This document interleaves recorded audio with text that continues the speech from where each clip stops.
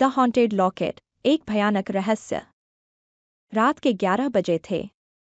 14 साल की मीरा अपने दादा दादी के पुराने घर में अकेली थी। उसके माता पिता शहर गए थे और दादा दादी अस्पताल में थे। बारिश जोरों से हो रही थी और बिजली कड़क रही थी। अचानक मीरा को अटारी से एक आवाज सुनाई दी। शायद कोई बिल्ली होगी, उसने सोचा।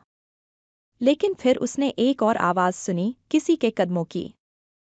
डरते डरते मीरा अटारी की तरफ बढ़ी। जैसे ही वह सीढ़ियों पर चढ़ी, उसने देखा कि अटारी का दरवाजा धीरे धीरे खुल रहा था।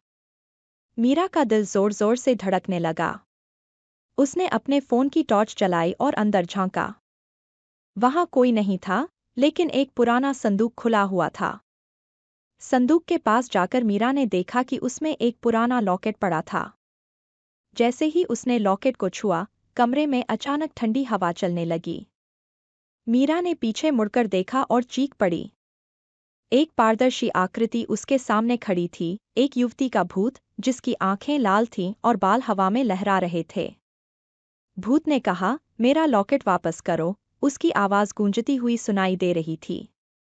मीरा भागने लगी, लेकिन भूत उसके पीछे आ रहा था। वह सीढ़ियों से नीचे भागी, लेकिन अचानक उसका पैर फिसल गया। गिरते गिरते मीरा की आंखें बंद हो गईं। जब उसने आंखें खोलीं, तो वह अपने बिस्तर पर थी। उसके हाथ में वही लॉकेट था।